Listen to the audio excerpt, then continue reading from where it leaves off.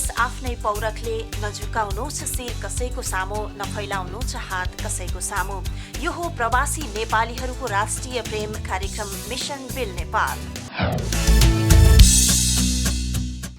नमस्ते, कार्यक्रम mission bill नेपालमा यहाँलाई हार्दिक स्वागत छ। म बिमला।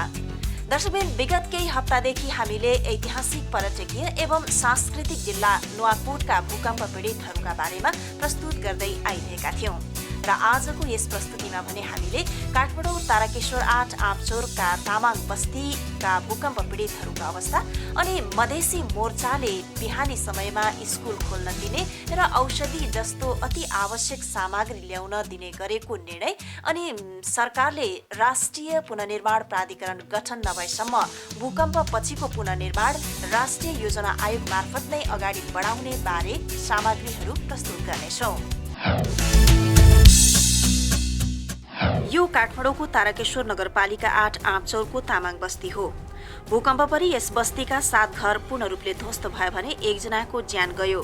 सदरमुकाम काठमाडौँबाट 6 किलोमिटर मात्र पर्ने यस बस्तीमा भूकम्प पीडितहरूप्रति सरकारको खासै ध्यान पुग्न सकेको छैन। गोर्खा च्यानलको मिशन बिल टोली त्यस बस्तीमा पुग्दा जस्ताको घरमा भूकम्प पीडितहरू कष्टकर जीवन गुजार्न बाध्य छन्। जस्ताको छानो र जस्ताले नै बेरा हालेर पीडितहरू बस्न बाध्य छन्। भूकम्पसँगै बाघले पनि तर्साउने गरेको छ उनीहरूलाई। भूकम्पले सम्पूर्ण घरगोठ ध्वस्त भए पनि जस्ताको घरमा बस्दा शिवपुरी राष्ट्रिय निकुञ्ज र नागार्जुन जंगलबाट बाघ आएर त्रास देखाउने गरेको छ पीडितहरूलाई। त्यस बस्तीमा हाम्रो टोली पुग्दा 41 वर्षीय आरबी लामा माटो र ढुङ्गाको गारोले शौचालय बनाइरहेको भेट्यौं। भूकम्पमा उनले जेठा छोरा र घर गुमाएर जस्ताको छाप्रोमा बस्दै आएका छन्। त्यहाँ उनी 13 जनाको परिवारसँगै एउटै जस्ताको घरमा कष्टपूर्ण जीवन गुजार्न बाध्य छन्। 90 वर्षीय बाबुसँगै बस्दै आएका उनको परिवारमा 3 र 15 महिने 2 बच्चाहरू पनि छन्। एउटै घरमा 13 जनाको परिवार बस्दाको पीडा कस्तो होला? सरकार वा अरू कुनै दात्री निकायले केही गर्देला भन्ने आशा नभएको भन्दै उनी आफ्नो बासको व्यवस्था गर्न लागि परेका हुन्। यसरी माटो र ढुङ्गाले बनाएको घर कुनै बेला पनि ढल्न सक्छ। भोलि केही भइहाले यसको जिम्मेवारी कसले लिने? सरकारको तर्फबाट 15,000 रुपैयाँ राहत र केही सङ्घ संस्थाले दिएको 2 बोरा चामल पाएको लामा बताउँछन्। छोरो बित्यो नि दियो अनि म चाहिँ अब मम्मीको चाहिँ यहाँ काम गर्दा गर्दै म हिँड्न नसकिन्थेँ। यहाँ औषधि छ, अहिले म औषधि चाहिँ टुटाउँदिनँ। अनि त्यहाँबाट गाउँको अब एकजना त्यो चाहिँ के भन्छ बुगुन काका भन्ने हुनुहुन्छ, उहाँले तैँले पाउँछ 15,000 हुन्छ भनेर त्यो लाइनमा हजुरको यहाँदेखि परसम्म बस्नु पनि म लाइनमा बस्नु नसक्ने त्यहाँको चाहिँ नेताहरूले भन्ला भनेपछि अनि मेरो नागरिकता सायद तैपनि अब म हिँड्न नसके पनि त्यहाँ त गएर बस्दिनु पऱ्यो। अनि बस्दाखेरि अनि मेरो बुढीले 15,000 अनि बुहारीले 15,000 र त अब मैले अस्ति सुने अनुसार चाहिँ तपाईँको एक्ला महिला गएर यस्तो घर चाहिँ विडम्ब भएको ठाउँमा चाहिँ 2 लाख रुपियाँ पैसा चाहिँ दसैँभन्दा अगाडि 25,000 दिने भनेको थियो होइन। त्यो अहिलेसम्म अब हामीले कसले गएर भन्ने? मैले भनिहालेँ नि, मैले अघि नै भने नि म बिहान 3 बजीदेखि उठेर पसलमा गिलास माझेर यहाँ चिया बेच्छु दुनियाँ गर्छु नि। मलाई चाहिँ अब के अब आमाको दुध चुसेर पुगेन रे अनि बाउको घुँडा चुसेर। भूकम्प गएको 7 महिना हुन लाग्यो तर पनि पराकम्पन आउने क्रम जारी नै छ। नेपालमा हालसम्म 4 रेक्टर स्केल भन्दा माथिका 411 पराकम्पन गएको छ। बिहिबार मात्रै सिन्धुपाल्चोकलाई केन्द्रबिन्दु बनाएर 2 पराकम्पन गए। बिहान 10 बजे 5.3 रेक्टर स्केल र साँझ 5 बजेर 44 मिनेटमा अर्को 4 रेक्टर स्केलको पराकम्पन गयो। भूकम्पको धक्का सिन्धुपाल्चोक, काभ्रे, उपत्यका, नुवाकोट, धादिङ समेतमा महसुस गरियो। नेपालमा 3 महिनापछि 5 रेक्टर माथिको पराकम्पन गएको हो। भूकम्पका कारण लाखौं मानिसमा थपिएको दुःख, पीडा र डरलाग्दो क्षण अझै ताजै छ।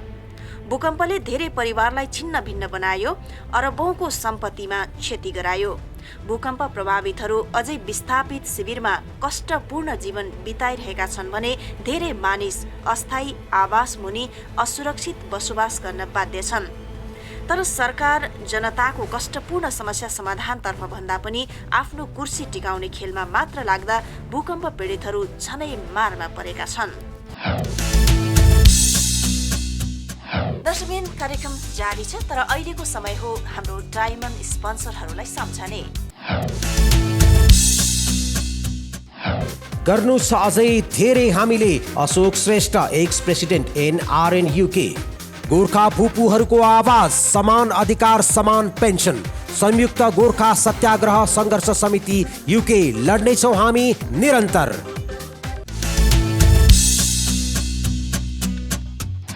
गोर्खा च्यानलमा तपाईँ हेरिरहनु भएको छ कार्यक्रम मिसन बिल्ड नेपाल र यहाँलाई पुनः स्वागत छ। तपाईँको साथमा छु म बिमला र आज हामीले यस प्रस्तुतिमा काठमाडौँकै तारकेश्वर नगरपालिका 8 आँपचौरका तामाङ बस्तीका भूकम्प पीडितका बारेमा देखाइरहेका छौँ। दर्शकबिन, नाकाबन्दीका कारण कालो बजारीको मारमा परेका छन् भूकम्प पीडितहरू। तर पनि भूकम्प गएको 7 महिना बित्न लाग्दा पनि सरकारी तवरबाटै घर पाउने आशामा छन्। हेरौँ यो रिपोर्ट। तारकेश्वर नगरपालिका 8 का 78 वर्षीय साइलीको पीडा पनि उस्तै छ। भूकम्पका बेला घर बाहिर रहेकाले मानवीय क्षति नभए पनि उनले आफ्नो घर गुमाइन्। 4वटा मण्डी र 3-3 किलो चामल 2 पटक पाएको सम्झिँदै उनले राहत स्वरूप 5,000 रुपैयाँ पाएको बताइन्। हामी नभएको मौका परेर मात्रै हामी भएको मौका हो भने मान्छे मरिन्थ्यो। ऊ चाहिँ मान्छेले चाहिँ मर्न पाए।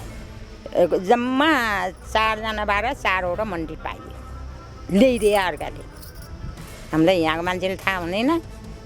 अनिखेरि 3-3 किलो चामल 2 फेर आयो। हेर्नुहोस्, त्यहाँबाट आएको छैन। अहिले जस्ताको छाप्रोमा बसेको 7 महिना हुन लाग्दा पनि घर पाए राम्रो हुने बताउँछिन् उनी। सानोतिनो यसो घर बनाइदिएदेखि राम्रो हुन्थ्यो। मर्ने बेलामा बिचल्ली हुनुला भन्ने त्यति। भूकम्पले घर भत्किएपछि अरूको जग्गामा छाप्रो बनाई गुजारा चलाउँदै आइरहेकी छिन् उनी। आफ्नै जग्गामा मर्न पाए सन्तोष हुने बताउँदै नाकाबन्दीले दैनिक जीवनमा धेरै असर पारेको बताइन्। मोटर थियो, मोटर चलाउन नपाएर 3 महिना भयो। तेल बिना टिपारलाई तेल दिँदैन रहेछ। हेर्नुहोस्, टिपारलाई तेल नदिने। अनिखेरि त्यो मोटर नचलाएको अहिले 6 महिना भयो। अब छोरालाई एउटा घर चाहिँ नि पानी नछुइने, एउटा बास पानी नछुइने, त्यहाँ बस्नु पाएदेखि राम्रो हुन्थ्यो मर्ने बेलामा भन्ने आश लागेको छ। भन्न त मनमा त लाग्छ, छैन केले बनाउने। यस्तै सोही स्थानकै 52 वर्षीय रामलाल तामाङको व्यथा पनि उस्तै छ। भूकम्पमा भौतिक सम्पत्ति गुमाएका उनी सरकारको तर्फबाट 5-6 किलो चामल, एउटा सानो दरी र नगद 15,000 रुपैयाँ पाएको जानकारी दिनुभयो। अहिलेसम्म सरकारको नाममा भनेपछि हामीहरूले चाहिँ वास्तव भन्यो भने त्यो 5-6 किलो चामल चाहिँ एकचोटि ल्याइदियो के ल्यायो भनेर होइन। अनि मण्डी भन्दाखेरि सानो दरी जस्तो चाहिँ अब त्यो चाहिँ एउटा दरी एउटा दिएको छ, त्यति हो। नगद पैसा चाहिँ सरकारले त्यो 15,000 चाहिँ दसैँ पहिला नै यो साउनतिर नै एकचोटि चाहिँ दिएको छ। 15,000 चाहिँ दियो। सरकारले भूकम्प पीडितहरूका लागि प्राविधिक खटाएर घर बनाइदिए राम्रो हुने उनको भनाइ थियो। अब मैले भन्नु पर्दाखेरि चाहिँ के त भन्दाखेरि सरकारले कुनै पनि पैसाहरू नभइकन जस्तो भनौँ कि जुन भूकम्प पीडितहरूलाई चाहिँ उहाँहरूकै तर्फबाट होइन प्राविधिक आएर घरहरू बनाइदियो भने चाहिँ धेरै राम्रो हुन्छ। अहिलेको मुख्य आवश्यकता नै घर भएकोले नाकाबन्दीले भूकम्प पीडितहरूलाई महापीडित बनाएको बताउँदै कालो बजारी बढ्दा पनि सरकार मौन रहेको उनको गुनासो थियो। यसले त भूकम्प पीडितहरूलाई त महापीडित बनाएको छ यो। किन भन्दाखेरि तपाईँको जुन किसिमको यो चाहिँ नाकाबन्दीले गर्दाखेरि अहिलेको उसमा चाहिँ हेर्ने हो भने तपाईँको जम्मा 100 रुपियाँमा मास पाउने ठाउँमा अहिले 280 तिर्दाखेरि नि एउटा मासको दाल पाएको छैन।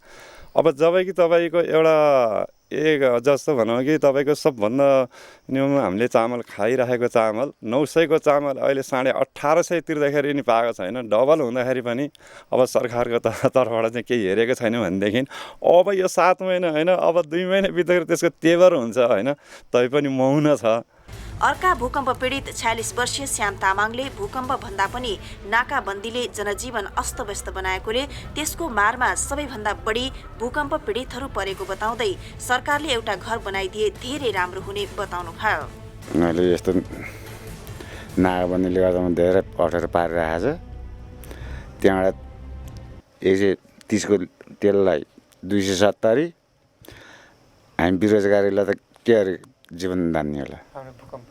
भूकम्प पीडितले गर्दा भूकम्प पीडित त नाकाबन्दीले धेरै मार पार्यो। हामीहरूलाई धेरै जस्तो घर बनाइदिनु भयो भने धेरै राम्रो। 90 दिनदेखिको तराई मधेस बन्द र भारतको नाकाबन्दीको कारण इन्धन लगायत उपभोग्य वस्तुको अभाव भएपछि व्यापारीले कालो बजारी सुरु गरेका छन्। इन्धन तथा उपभोग्य वस्तुको मूल्य दोब्बर तेब्बर वृद्धि गरी बिक्री वितरण भइरहेकोमा भूकम्प पीडितहरू झन पीडामा परेका हुन्।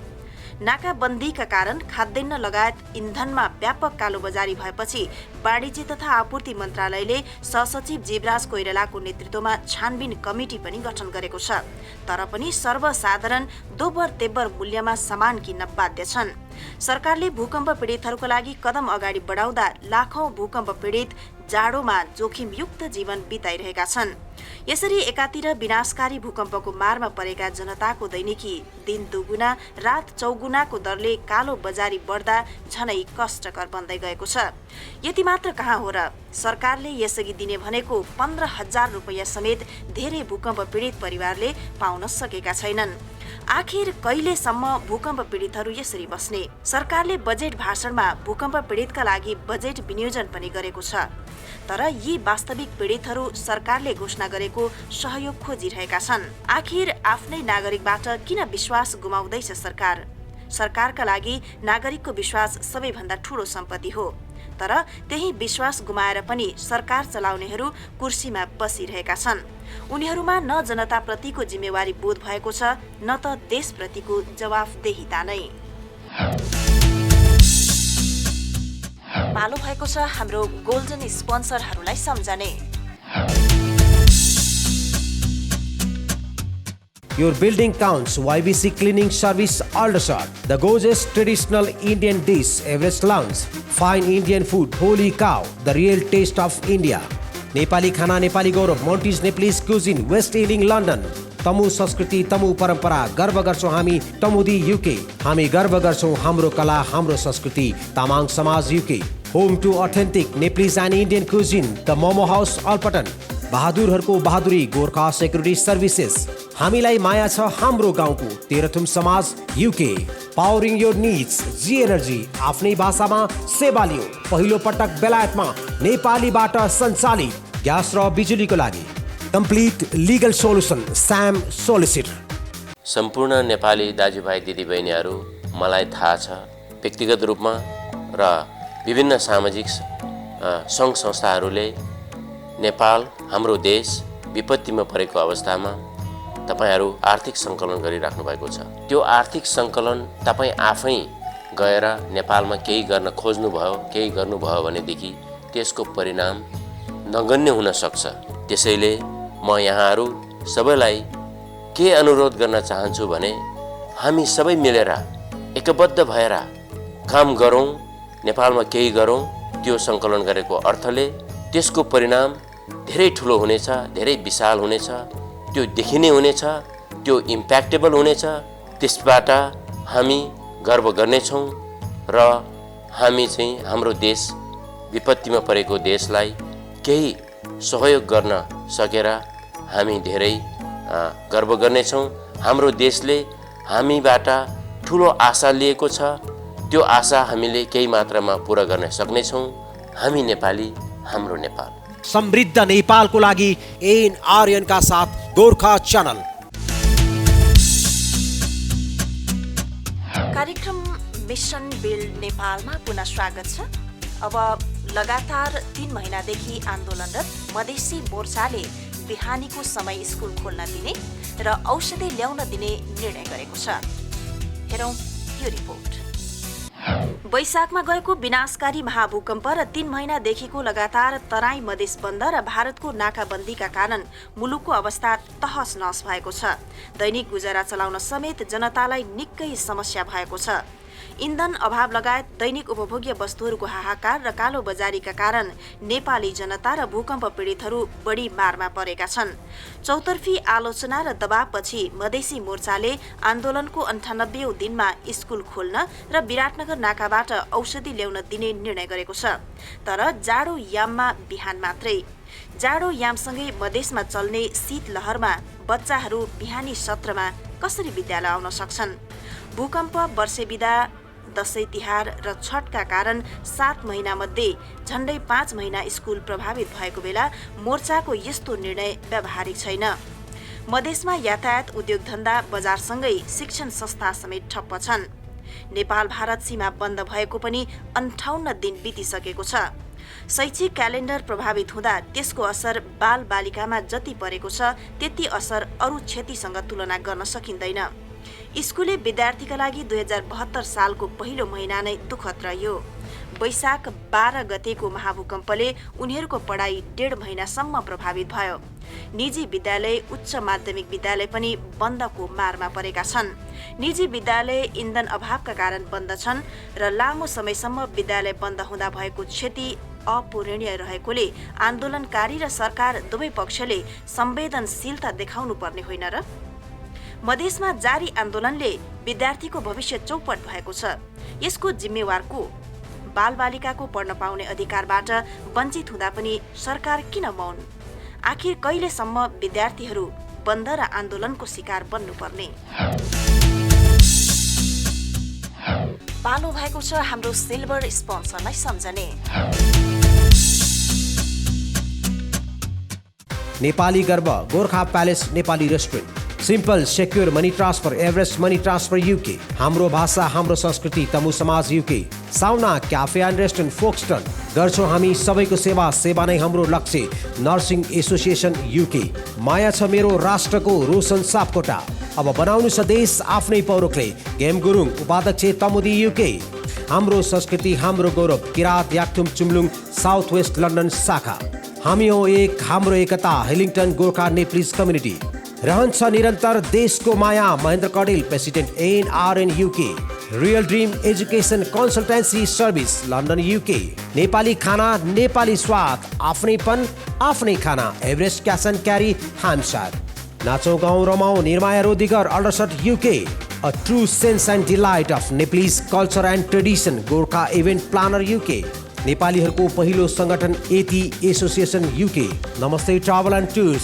सधैँ विश्वासको प्रतीक, हामी गर्छौँ गरिरहन्छौँ हामीलाई माया छ, 4 भन्जाङ तमु समाज युके, सधैँ राम्रो दरभावका लागि Gorkha agency limited Plumstead UK, आफ्नोपन आफ्नै स्वाद गोर्खा सेफ न्युबरी, तपाईँको हिसाब किताब हाम्रो जिम्मेवारी, Asmita and associates, charter certified accountants GNS associates, हाम्रो कपिल वस्तु हाम्रो गौरव, कपिल वस्तु समाज UK, love animals eat vegetables, Chris food.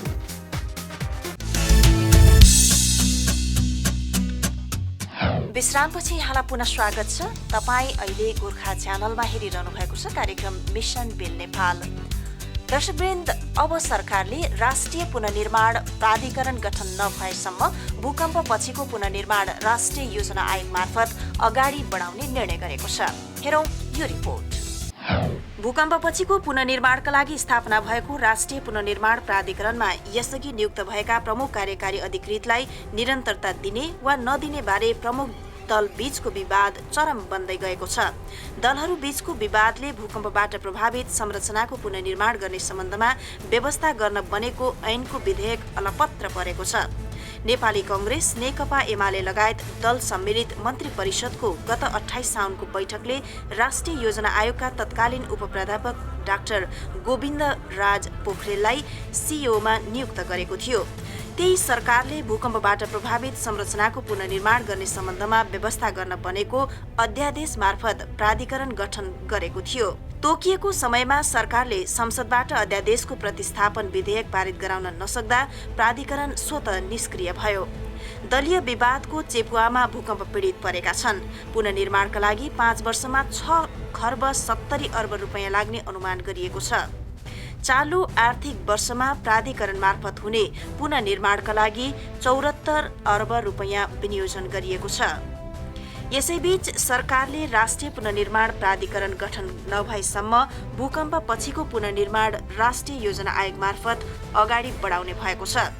मन्त्री परिषदको बिहिबारको बैठकले प्राधिकरण गठन नभएसम्म पुनर्निर्माण आयोग मार्फत अगाडि बढाउने निर्णय गरेको हो। भूकम्पपछि प्रभावित संरचनाको पुनर्निर्माण गर्ने सम्बन्धमा व्यवस्था गर्न बनेको विधेयक दलहरूबीच सहमति जुट्न नसक्दा संसदबाट पारित हुन सकेको छैन। यसअघि राष्ट्रिय पुनर्निर्माण प्राधिकरण स्थापना नभएसम्म भूकम्पबाट प्रभावित संरचनाको पुनर्निर्माण राष्ट्रिय योजना आयोगले अगाडि बढाउने निर्णय गरेको थियो। राजनीतिक दलहरूकै कारण प्राधिकरण गठन हुन नसक्दा भूकम्प पीडितहरूले राहतको महसुस गर्न सकेका छैनन् भने मधेस आन्दोलन र भारतीय नाकाबन्दीले भूकम्पपछिको पुनर्निर्माण झनै ओझेलमा परेको छ। भूकम्पलाई बिस्तारै बिर्सँदै गर्दा भारतले लगाएको नाकाबन्दीले नेपालीहरूलाई थप आक्रान्त बनाएको छ। जननिर्वाचित संविधान सभाबाट संविधान जारी भएसँगै भारतले गरेको नाकाबन्दीका कारण दैनिक उपभोग्य सामग्रीहरू नेपाल भित्र नसकेका छैनन्। औषधि खाद्यान्न समेतको अभाव भएपछि नेपालीहरू भोकै र उपचार समेत नपाएर मर्ने स्थिति सृजना भएको छ। भारतीय हस्तक्षेपको जति निन्दा गरे पनि कम नै हुन्छ। यस्तो परिस्थितिमा भूकम्प पीडित दैनिक ज्याला मजदुरी गरी खाने वर्ग र किसान अझै बढी मारमा परेका छन्। यस्तो संकटका बेला सरकारले उचित कदम चाल्नुपर्ने हो। सरकारले अहिलेको नाकाबन्दीलाई अवसरका रूपमा बदलेर अन्य मुलुकसँग पारवहन सम्झौता गर्ने मात्र होइन, तत्काल त्यसलाई कार्यान्वयन गरेर अत्यावश्यक सामग्री भित्राउन कदम चाल्न जरुरी छ। दर्शकवृन्द, आज हामीले यो प्रस्तुतिमा तारकेश्वर नगरपालिका वडा नम्बर 8 आँपचौरको तामाङ बस्तीका भूकम्प पीडितहरूको अवस्थाबारे देखायौं। त्यस्तै गरी मधेसी मोर्चाले विद्यालय खोल्न दिने र औषधि ल्याउन दिने बारेको रिपोर्ट पनि प्रस्तुत गर्यौं भने अन्त्यमा हामीले सरकारले राष्ट्रिय पुनर्निर्माण प्राधिकरण गठन नभएसम्म भूकम्प पछिको पुनर्निर्माण राष्ट्रिय योजना आयोग मार्फत नै अगाडि बढाउने गरेको निर्णय बारेमा प्रस्तुत गर्यौं। र दर्शकवृन्द, हामीले यो कार्यक्रम मिसन बिल्ड नेपाल तयार गर्दा गर्दै मधेसी मोर्चासँग गरिएको सम्झौता विपरीत औषधि लगायत ढुवानी गरिएको ट्रकहरूमा आगजनी गरिएको खबरहरू प्राप्त भइरहेका छन् भने एम्बुलेन्समाथि बम प्रहार गरिएको घटनाले पनि यो सम्झौताको खुसियाली बाँड्न नपाउँदै नेपालीहरूलाई थप पीडा पुगेको छ। यो सिलसिला कहिलेसम्म त? सरकारले अब गम्भीर भएर सोच्ने बेला आएको छ। हवस् त, आजको लागि मिसन बिल्ड नेपालको समय सिद्धिसकेको छ। आउँदो साता नयाँ विषयवस्तुका साथ हामी आउने नै छौँ। त्यतिन्जेलसम्मको लागि म बिमला लगायत सम्पूर्ण युनिटलाई बिदा दिनुहोस्। नमस्ते।